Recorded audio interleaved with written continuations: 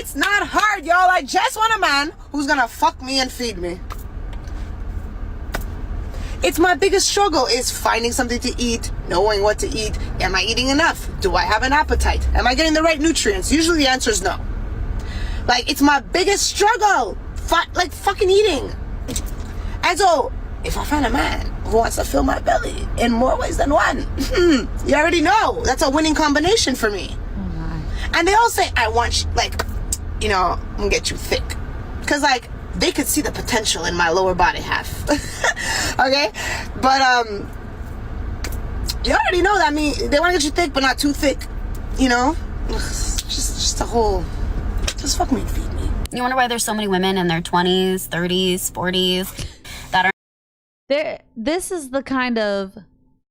Okay. This is the kind of talk that where a guy that is marriage mindset is not gonna find that attractive or cute at all, like, because he's not on that. He's like, ew, how many men have told you that, and that you've been effing and letting feet fill your belly, whatever, do that. Like, what? That one thing that we do not understand as women, or aren't told enough, is that we talk about the ick of ladies or whatever, but that is low-key an ick for men, that where they're like, dude, that's a lot of men that's been in there. For men who want to get married. For men that want to get married, yeah. Like for you or to even used take you seriously at all. Yeah. Like, even potentially take you seriously. Yeah. Like, they're like, dude, like, I don't want...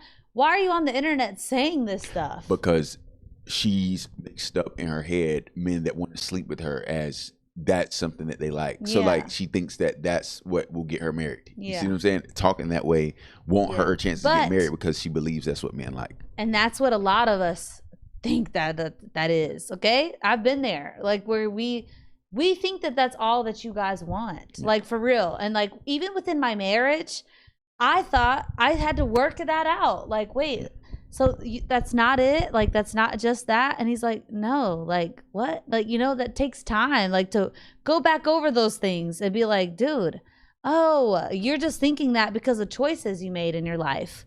You're not understanding that you made that decision to do that beforehand, you know? They're not in relationships because they don't. Just a whole, just fuck me and feed me. You wonder why there's so many women in their 20s, 30s, 40s that are not in relationships. Because they don't want to marry you, because you bring no value to them. Actually, you could harm them. I'm gonna go with that. Yeah, it's not because you're choosing to be single. You're not. They just don't want to marry you, and they're not asking you anymore. Where are all the good guys at? They're running away from you. And they're definitely not marrying you. And the ones that have been married before, and then you go act like that again, oh, they're really not marrying you if you think they're going to put up with you again. You know, they're going to act like it. They're not going to actually call you them, if I can speak. They're not ever going to call you their girlfriend. Here's even a term for it now, situationship. 6 months in, and you've been sleeping with him forever, and he's just like, oh yeah, I don't know. I'm not in a good place right now. Yeah, he is. Oof. He just is not in that place with you. He's just waiting for something better to come along. Oof. And that's the thing, is that in reality, y'all do know, you know, like, which ones that you would like to keep around, or which ones you're not sure about. And the ones that you're not sure about, that's not good. The ones you're not sure about, take that on the head, ladies. Like, oh man, he's not sure about me. What am I doing to make him not sure? Ask him, hey, like, what? But we cannot stand to hear an answer, and we have to fix that within ourselves, because I had to work on that. I did not like hearing certain things about myself that I needed to work on. But guess what? If you want a relationship that lasts, you got to hear some mess about you, about yourself, that you are not Mrs. Perfect. But we're so busy, woman to woman, even some men to you, trying to blow your head up that you're better than you are. And that's why every woman thinks they're good. That's why every woman thinks that they're beautiful and the most perfect and the most bestest woman out there. Like, that's why we're delusional, literally, because we are not letting anyone tell us the truth, you know? Just his piece of, because he's waiting for a girl to be kind to him and sweet to him, because he's never ever going to get married again and settle and deal with that all over again. I've had multiple men refuse to sleep with me. I haven't even had the opportunity to take my clothes off, and they've said no. I've never been really a one-night stand girl, but times that I've been like, fuck it, like I want to get some, and dip. I've had guys flat out say, no, I have too much respect for you. I can't do you like that. Now, out of all settings, this one example happened in the club. I'm like, out of all places, and you're telling me no, and I've met you at the club. I'm talking to this man, and he's like, I'm going to go to the bathroom. I said, should we go fuck in the bathroom?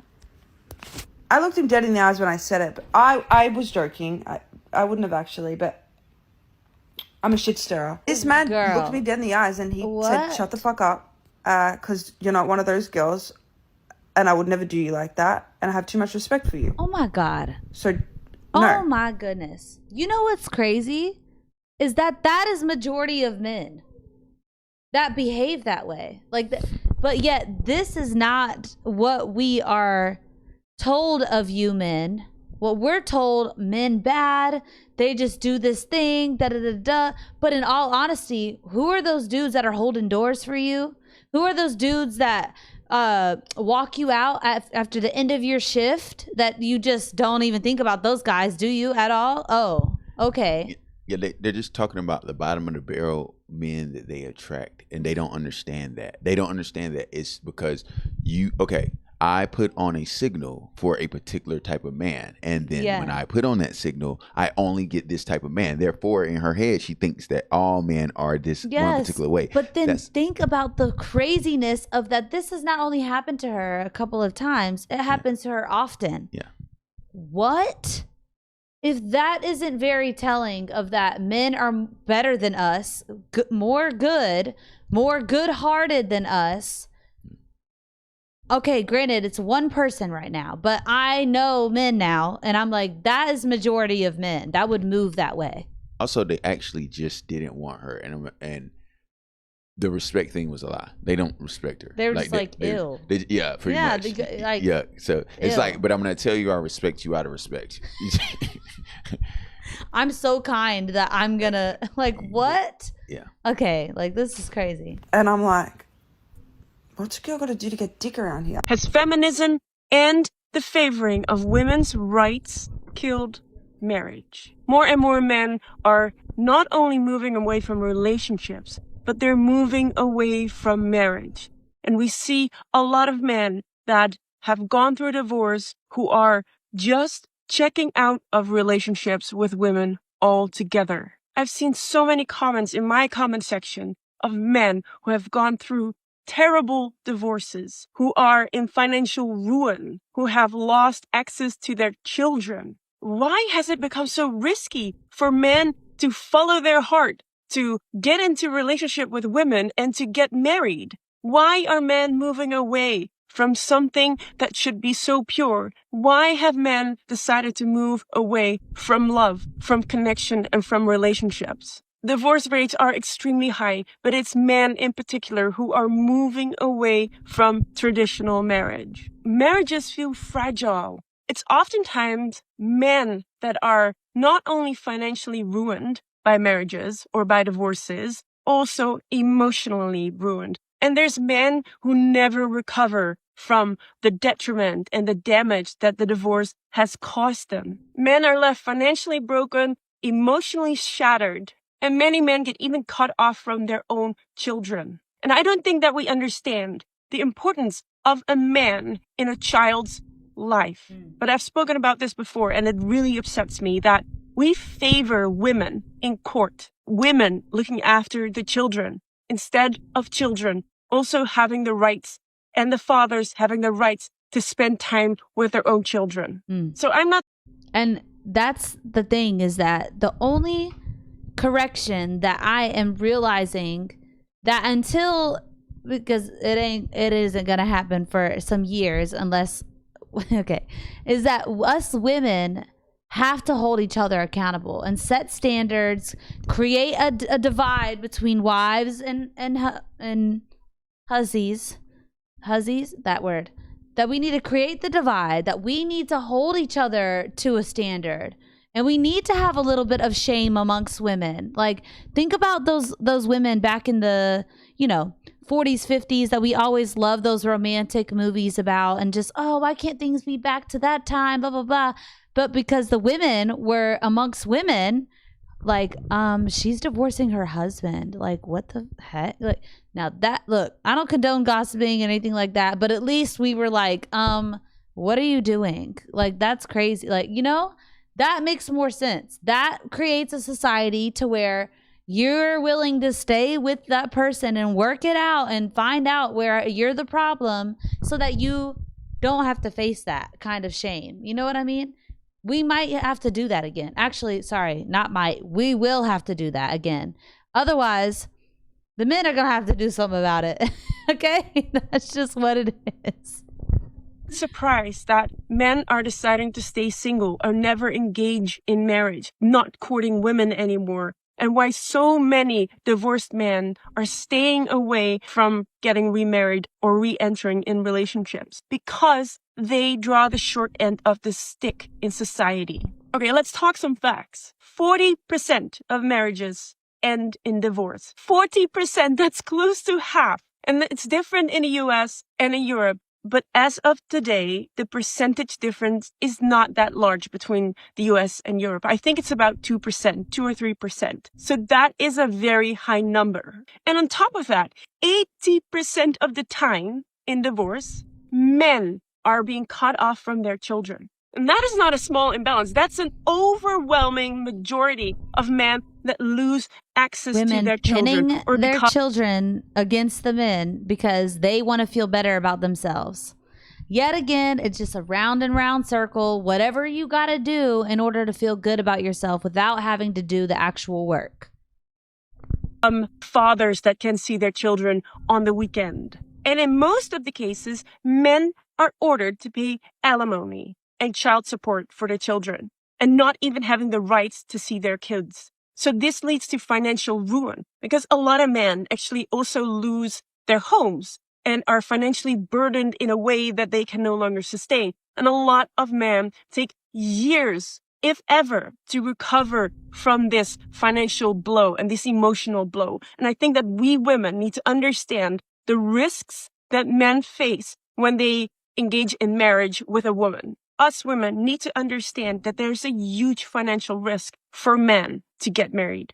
On top of that, there's enormous emotional risk for men as well. Emotional devastation that they face because courts and our society favor women. Men do not have the support or the same support that women have in the cases of divorce. It weighs an emotional toll on a man when they're disconnected from their children. And they have no leg to stand on. They have no support and a very little understanding towards man. And again, the importance of a man in the life of your child. A lot of women don't understand the importance of that. And our society doesn't acknowledge the importance of a man in the life of a child. And now, I want to delve a bit deeper. The selfishness of that, regardless of what happens with you and that person, that man needs to still be in the child's life.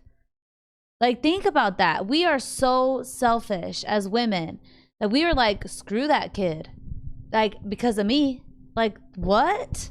That's the root. That's what it really is. Like, and take that on the head. Like, because the quicker that you can understand that, the quicker that you will be able to fight against it. You know what? It does stink that me and this person are no longer together, and the drop-offs remind me of how things could have worked and now they don't. That stinks. But you know what is worse is my kid not having a relationship with their father so that they understand themselves and understand that that doesn't make your father bad because we didn't work out. That is so very important. And Jesse who's our guy Jesse, that where a lot of that is caused from it is mothers not mothers pinning them against the men, and then the children not healing from that. So then we're out here trying to date, and then we're putting that stuff from them onto the next person. Like, until you heal from your mama, that's the only way that you are going to be able to have a prosperous relationship. And you got to forgive her, and you got to understand, oh, she may have messed that up, but let me fix it in my life. And no matter what, if I get with someone and I get in a marriage, or I get a divorce, or if I have a kid out of wedlock, that, you know what, regardless, I'm not going to pin my kid against the father and make sure that they get to have that relationship. That's fair. That is fair. But yeah, God bless you guys, and I'll see you in the next one.